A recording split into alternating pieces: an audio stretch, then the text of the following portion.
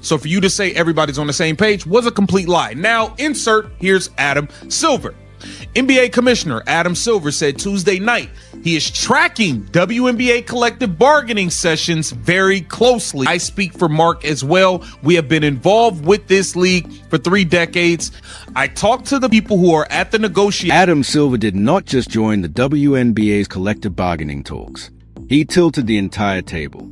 This was not a neutral intervention.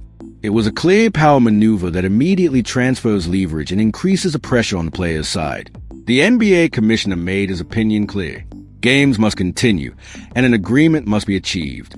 That approach is consistent with what Caitlin Clark indicated many weeks ago when she distanced herself from the Players Association. Now, the most influential voice in professional basketball is supporting the same viewpoint, which changes everything. Insert, here's Adam Silver, and that he and Deputy Commissioner Mark Tatum would both be willing to join the prolonged negotiations to find. All of this is happening as the league's founders race to defend their off-season projects and retain momentum. That is why Adam Silver's engagement has such a strong impact. He's not just delivering advice. He emphasizes that progress requires both parties to compromise and find common ground. Meanwhile, the discussion keeps returning to player pay, with increasing understanding that WNBA players are significantly underpaid considering the league's development. But there's one conspicuous omission. Nobody is talking about the 50-50 revenue split that the Players Association has been advocating for. Silver maintains an emphasis on fixed dollar raises rather than percentage-based sharing, thereby attacking the union's fundamental negotiation position. The timing creates additional pressure. Silver delivered these comments on December 17th during the NBA Cup Finals in Las Vegas. The current CBA agreement is slated to expire on January 9th, leaving only 3 weeks to close what insiders describe as a huge gap. The players are want 30% of league income. The WNBA is giving 15%, and Silver is advocating for medium ground, all while explicitly rejecting the players' method of determining their portion. Great relationships with many of the players and believes the sides are on course for a solution. The current 40-day extension ends January 9th, and that date is fastly approaching. Okay, he says, I remain optimistic we'll get something done, but whether that means I'm physically sitting at the table for the negotiation, Silver said. And again, I speak for Mark as well. We have been involved with this league for 3 decades. In essence, I care enormously about it and want it to be successful. And I want the players to feel fairly treated as well. And I realize there's been a disconnect, especially. Now take note of Breanna Stewart's response. She emphasizes that the existing strategy isn't taking the players anywhere. In other words, the Players Association's harsh approach isn't yielding results. They opted out of the CBA in October, anticipating the league to compromise on revenue sharing. Instead, they've been through 2 extensions, watched the league move forward with expansion plans without them, and now face the possibility of the NBA commissioner sitting at the negotiating table. Stewart says she'd welcome Adam Silver to attend the discussions, but the way she frames it reveals how much the power balance has shifted. Her primary goal is to ensure that everyone knows the participants' desires and emotions. That is not a remark from a position of strength. It reads more like a call for outside pressure, with the hope that Silver will force ownership to surrender. The problem is that Silver's position is already established. He isn't there to compel a 50-50 revenue split or to alter the league's financial structure. His purpose is much simpler and colder. He wants an agreement that keeps games on the court while still moving business forward. That necessitates compromise, not a victory for one side. This has a significant impact on players who build their strategy around hard demands. Stewart even admits that various outcomes are possible and that both parties can still go away satisfied. However, in this context, the regulations have changed and the Players Association must adjust quickly. And now let's get to the actual video so we can get more dialogue of what Breanna Stewart had to say. They trying to hardball. The owners aren't going to give in to all this nonsense. They're trying to hardball. These players are. And at the end of the day, Adam Silver is with Caitlin Clark. Y'all need to compromise and get this damn deal done and stop playing games. Hey, Stewie. Good to see you. I had 2 questions. The first, Adam Silver spoke ahead of the Cup and said that if necessary, he'd be up for coming to the bargaining table, him and Mark Tatum. I'm just wondering, like, do you think that would be beneficial? Would there be value to having Adam's presence at the... But she quickly adds that something mutual must happen first. That phrase is significant. For months, the union treated income sharing as a non-negotiable demand, rather than a beginning point. They publicized it as a moral issue rather than a bargaining tactic, relying largely on messages about fairness and equity. They opposed the league's emphasis on flat compensation hikes and refused to consider percentage-based revenue sharing at all. That position created a distinct line in the sand. Now that compromise is freely discussed, that boundary appears much less rigid. When a key leader in the movement admits that both sides must concede, it marks a shift. It may be a pragmatic decision, but it also represents a departure from the union's firm stance towards players and supporters. This move causes internal conflict, particularly among players who have tightly identified themselves with the original plan. It further complicates issues for talents like Breanna Stewart and Nafi Sakolia, who found it unrivaled to provide more chances and influence for players. The longer negotiations go on, the more concerns emerge about who profits from the delays. Not every player has the same financial cushion, and not all players can withstand a prolonged standoff. The disconnect between leadership rhetoric and on-the-ground reality becomes increasingly difficult to ignore over time. What began as a cohesive front now risks exposing flaws in the player community. With Adam Silver focusing on resolution rather than redistribution, the emphasis is no longer primarily on ownership. It is also up to the Players Association to reconcile public demands with what they are willing to accept at the negotiation table. When Stewart is asked about Project B, a new 3-on-3 league that will run from the autumn until April, the underlying rift becomes even more apparent. That scheduling puts it directly in opposition with Unrivaled's winter window, and her response exposes more than she likely intended.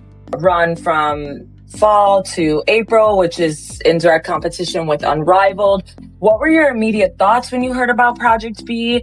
And what's the long-term answer for the landscape of women's basketball? Is it to have one premier league?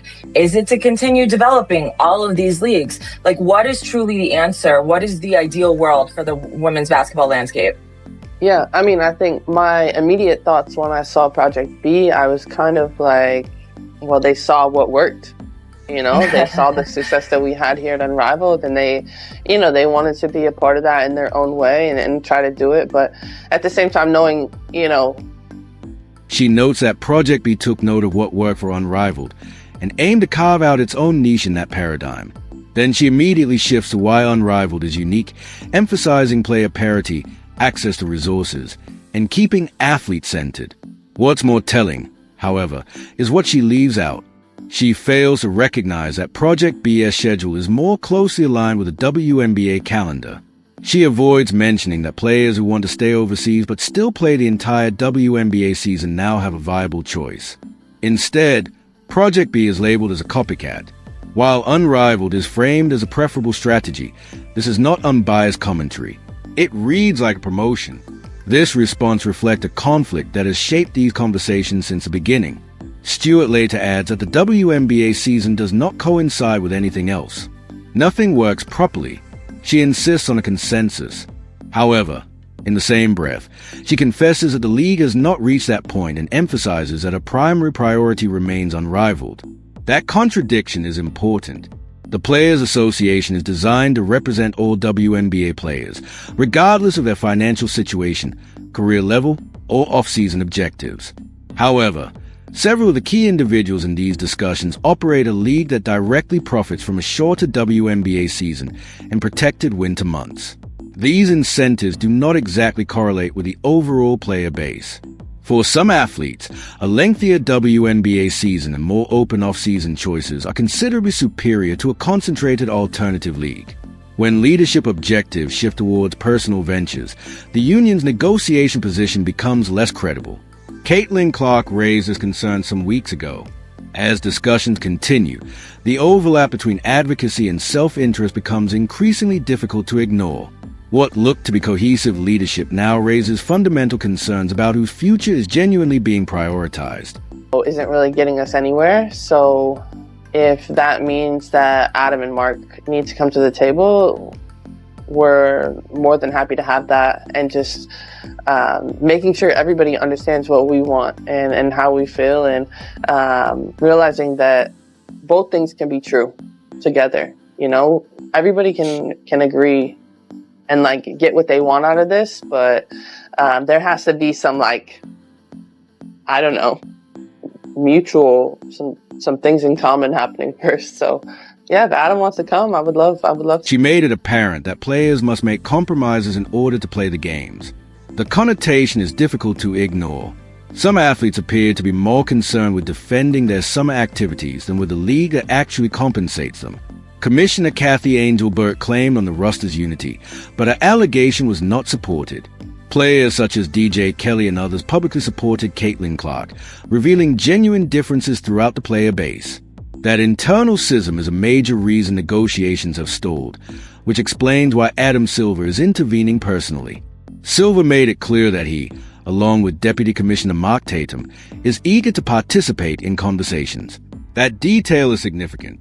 Tatum often avoids ordinary bargaining. His participation indicates that the NBA views this as a genuine business risk. He is in charge of league operations and foreign expansion, and his involvement typically signifies that large transactions are at jeopardy, and the league is taking steps to protect long-term investments. Right now, the WNBA has a lot on the line. The league is now undergoing unprecedented expansion. Golden State will join next season, with Toronto and Portland following in 2026. Momentum has never been stronger. In addition, new media rights agreements are expected to generate $2.2 billion over the next 11 years, beginning in 2025. Any job slowdown now will be detrimental. A prolonged standoff might be disastrous. At the same time, the league cannot allow unfettered player control over revenue. A 50-50th share would create exactly the scenario in a league that is still losing money. Silver and Tatum are on a tightrope. Stability is required for growth, and growth necessitates compromise. The question is whether the Players Association is prepared to accept that reality or continue to press demands that the league has already rejected. Silver is not participating in discussions about theoretical options. He is there to enforce a solution. The idea isn't to have interminable negotiations. Compromise is what keeps the league going in games on the floor. That compromise is expected to include meaningful salary raises, better travel standards, expanded player benefits, and possibly revenue sharing tied to profitability benchmarks rather than raw revenue. What will not be included in the accord is a Players Association's demand for 30% of league revenue, regardless of financial reality. This distinction is crucial when evaluating Caitlin Clark's perspective. She backed away from union rhetoric because she recognized the stats and the league's current growth. The WNBA is growing, but it is not yet financially stable. Momentum is built on continuous seasons, full calendars, and a solid public image.